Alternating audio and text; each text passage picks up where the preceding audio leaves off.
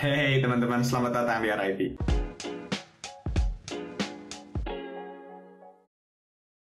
Gue Revi, dan hari ini gue mau ngomongin tentang Gegar Budaya Part 2 karena yang kemarin banyak review positif dan masih pada penasaran gitu. Jadi gue menentukan buat lanjut karena masih banyak banget yang mau gue omongin tentang Gegar Budaya di Polandia ya, dari mata seorang bocah Indonesia.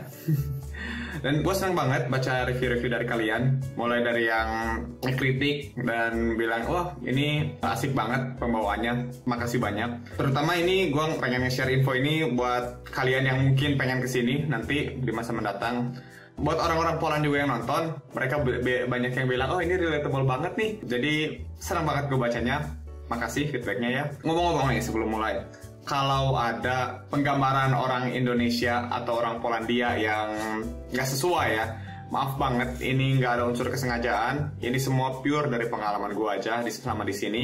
Orang-orang Indo dan orang-orang Poland yang bakal gue gambarkan di sini, ini tuh pure dari pengalaman gue. Jadi nggak 100% orang Poland kayak gini dan nggak 100% orang Indonesia kayak gini. Oke, jadi maaf nih sebelumnya ya kalau kalian merasa tersinggung. I'm sorry. Really sorry, it's not on purpose. Okay, let's go! Fact number 1. Fakta pertama.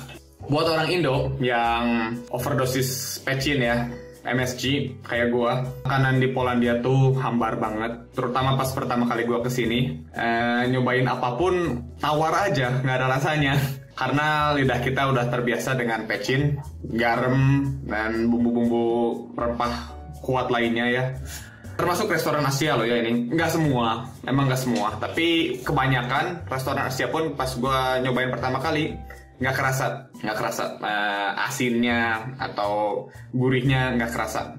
Plain aja, tawar. Istri gue pun kalau masak di sini, kalau masak buat gue ya, dia tuh bumbunya ditambahin, mau garam, mau gula, mau merica dan lain-lainnya itu ditambahin. Pas pertama kita tinggal bareng dia masih biasa masak buat orang Poland ya, let's say. Dan setelah dia tinggal sama gue, bumbunya itu ditambahin karena gue sering komplain, tawar ya, hambar, nggak enak. Jadi dia menyesuaikan, bukan gue yang menyesuaikan. Aduh, harusnya gue yang menyesuaikan ya.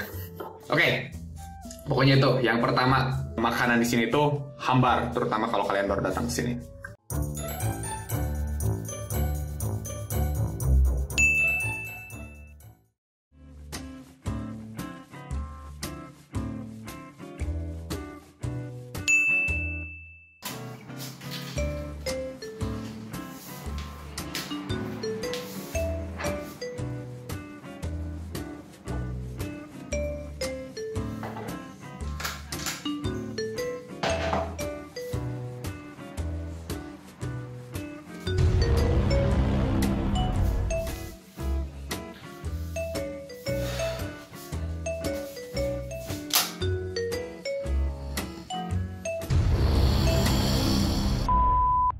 Fakta nomor 2.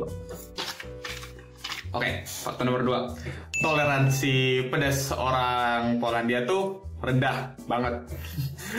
Apa aja yang mereka anggap pedas, yang menurut mereka pedas tuh buat gue tuh bikin geli lidah aja enggak. Ada sambal yang beli di toko Asia, namanya sambal ulek. Nanti ada kayaknya gambarnya kok. Cuman asam manis gitu doang. Enak sih, tapi nggak pedas gitu. Pesen ke restoran nih, gue pernah. Tolong minta itu ya sambalnya banyakin gitu, atau cabenya banyakin, ya bikin ekstra pedas lah. Dan ternyata udah datang nggak pedas sama sekali. Tapi pas istri nyobain sih, katanya pedas gitu. Jadi standar tingkat kepedasan orang Poland tuh, misalnya orang Indo segini nih, cukup mereka bilang ini pedas. Orang Poland tuh segininya orang Indo udah bilang pedas. Aneh, tapi nggak semua loh ya, ingat ini gue ngomongin gini nggak semua orang Poland kayak gini. Ada mungkin yang kuat pedas juga, tapi gue belum nemu. Kayaknya. Contohnya nih.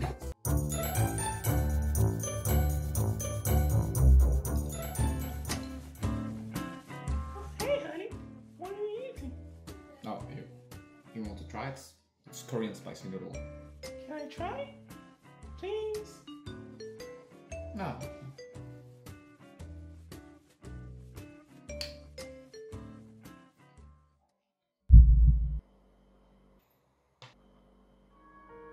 Monster.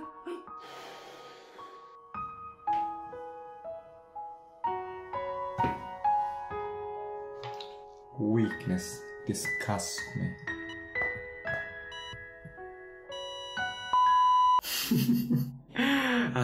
Fakta ketiga.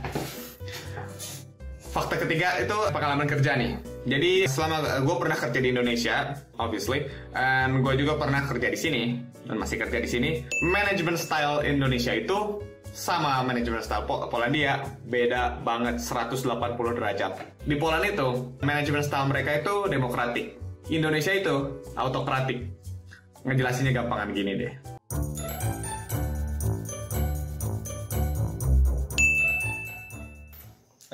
Więc to by było na tyle. Jeśli ktoś ma jakieś pytania, podpowiedzi, słucham. Mam pomysł na zmniejszenie wielkości naszych odpadów. Naprawdę? Rzeczywiście ostatnio mamy jakieś problemy ze śmieciami. Mógłbyś mi powiedzieć trochę więcej? Musimy przestać wyrzucać tyle papieru. Świetne! Czemu ja o tym wcześniej nie pomyślałem? No dobrze, to będzie koniec na dzisiaj, więc... Ktoś coś? Oke. Ya, jadi segitulah ya meeting kita hari ini. Berapa nih? Aduh, salah lapor lagi. Tapi sebelum kita bubar ya, boleh deh. Ada yang mau kasih ide nggak? Kamu? Kamu? Siapa itu angkat tangan? Hah? Oh, Revi. Bos, ini saya ada ide nih buat ngurangin pengeluaran kita dikit-dikit. Udah lah. Nggak usah kamu kasih ide. Pasti kamu idenya yang kemana lagi kan? Yang kurangin plastik gitu kan? Nggak usah lah. Bosan saya dengernya. Buat apa kita kurangin plastik coba? Pasti ujung-ujungnya juga malah ngeluarin duitnya lebih banyak. Udah lah. Saya males denger kamu. Dah, saya lapar. Dah. Oke. Fakta keempat, cara ngedidik anak nih beda banget. Kalau di Indonesia ini gue ngalamin sendiri, tapi kalau di Polandia ini gue dapat nanya-nanya dari beberapa orang. It was perfect. Oke, gue dapet nanya dari beberapa orang dan kebanyakan mereka tuh nge-confirm, nge-okein gitu. Oh iya emang gini gitu gue waktu kecil. Jadi orang Polandia itu ngegedein anak mereka tuh dengan support dan kasih sayang. Mereka ngehargain pilihan si anak meskipun si anak ini masih muda ya, masih remaja lah let's say. Mentalitas yang orang tua tanamin itu orang Polandia sama orang Indonesia tuh beda. Contoh paling dekat aja nih, istri gue dia 100% orang Polandia dan waktu istri gue ngasih tahu ke orang tuanya bahwa dia pacaran sama gua. Emang pertama mamanya skeptikal gitu ya. Tapi setelah gua kesini dan mereka kenal gua, mereka fine-fine aja, nerima-nerima aja. Dan ini membuktikan bahwa orang Polandia itu ngehargain pilihan anak mereka. Mereka nggak terlalu banyak pegang setir hidup anaknya. Jadi hidup lu ya udah hidup lu gitu. Gua nggak mau terlalu ngurus. Mereka fine-fine aja nerima gua. Yang udah jelas ras gua berbeda ya, gua orang Indonesia. Dan ini jelas banget berbeda sama orang Indo atau ya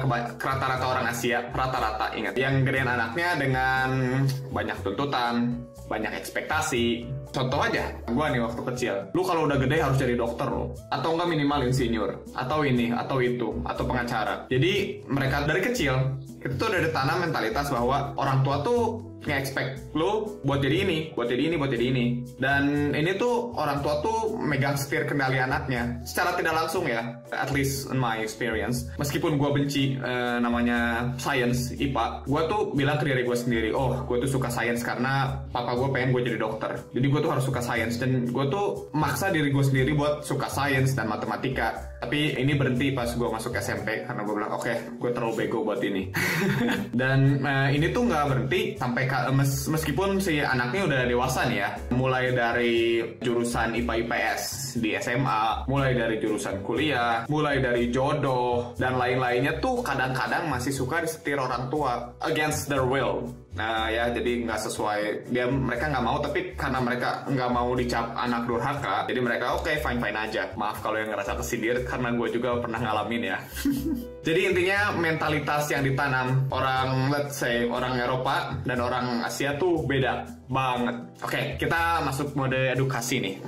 Ini gue harus terapkan. Kalau nggak akan berguna nih ilmu pengetahuan. Jadi ada yang namanya dimensi Hofstede. Dimensi Hofstede itu salah satunya. Nah, ada 5, tapi gue sebutin satu aja. Ada yang namanya individualisme, merekamkan ini, dan kolektivisme. Nah, individualisme ini jadi tanamkan sejak kecil bahwa si anak, let's say, ini harus kamu tuh kalau udah gede harus ngejaga diri sendiri gitu. Jadi you need to take care of yourself. Basicnya itu. Nah, kalau kolektivisme ini mereka mementingkan suatu golongan. Contoh nih misalnya, kalau si anak, let's say ya di kelasnya, ini kamu kalau nilai jelek terus gini, gimana mau cari uang? Gimana? Siapa yang bakal ngurus papa atau mama kamu waktu kita udah tua? Dan siapa yang bakal ngurus adik-adik kamu kalau kamu belajarnya gini terus? Jadi mentalitas yang mereka tanam tuh bukan diri sendiri, bukan buat pikirkan diri sendiri, tapi memikirkan orang-orang atau keluarga di sekitarnya. Which is fine for some people, I think, but I don't know for me. Sorry, my sister, if you're watching this. Faktanya nih, ini gue dapat dari Google. Individualisme di Poland itu skornya 60 dari 100 kayaknya. Dan individualisme di Indonesia itu 13. Jadi emang beberapa desa di Poland masih pakai kolektivisme ya. Mereka masih bilang, oh kamu tuh harus peduli sama adik-adik kamu, orang tua, nenek, dan lain-lain. Tapi kebanyakan besar itu mereka pakai individualisme, which is harus mandiri. Hidup tuh hidup lo gitu. Take care of yourself.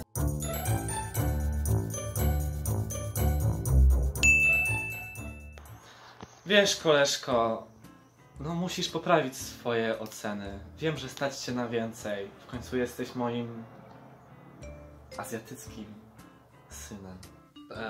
Wiem. Przepraszam, tato. Jest dobrze. Ja to powiedziałem tylko i wyłącznie dla twojego dobra. I wiem, że w przyszłości będziesz porządnym człowiekiem. Tak, tato, rozumiem. To chcesz? Bagus. Wijay. Bagus kamu ya. Lihat. Lihat. Masa gitu doang nggak bisa? Masa matematika bisa dapat 50? Hah? Pas gara-gara kamu main game terus nih tiap hari. Jadi bodoh. Ya, Pak, maaf itu aljabar emang susah. Macam apa Ya. kamu nanti? Hah? Nilai begitu. Ya maaf Pak, nanti belajar lebih giat lagi deh, ya janji. Adik kamu siapa yang ngurus nanti kalau misalnya kamu begitu terus? Gak punya masa depan kamu begitu. Hah? Jadi apa kamu? Pokoknya sebelum nilai kamu bagus, gak boleh main game. Gak boleh main game. Komputer, PS, semua gosip. Gak boleh main game. Ingat kan? Ingat. Dari kangen bokap. Oke, fakta kelima. Buat orang Indo, kita itu punya skill spesial yang orang Poland mungkin nggak punya ya. Kebanyakan nggak punya. Kita itu bisa makan cuman pakai tangan, tanpa utensil, tanpa sendok, garpu, sumpit, pisau dan lain-lainnya. Kita bisa makan pakai tangan, terutama nasi. Termasuk gue ya, gue juga bisa nih. Menurut orang Poland, ini aneh banget. Pertama kali gue makan nasi pakai tangan itu waktu gue beli ayam di sebuah restoran fast food di sini, dan gue bikin nasi dan gue makan sama istri gue, dan gue taruh nasi ke piring dan gue makannya begini. Dan istri gue, ini kita ada sendok katanya. Hah, enakan begini makannya gitu. Mungkin karena mereka nggak biasa aja kali ya ngelihatnya. Tapi di Indo ya wajar-wajar aja. Belum makan kalau belum pakai nasi.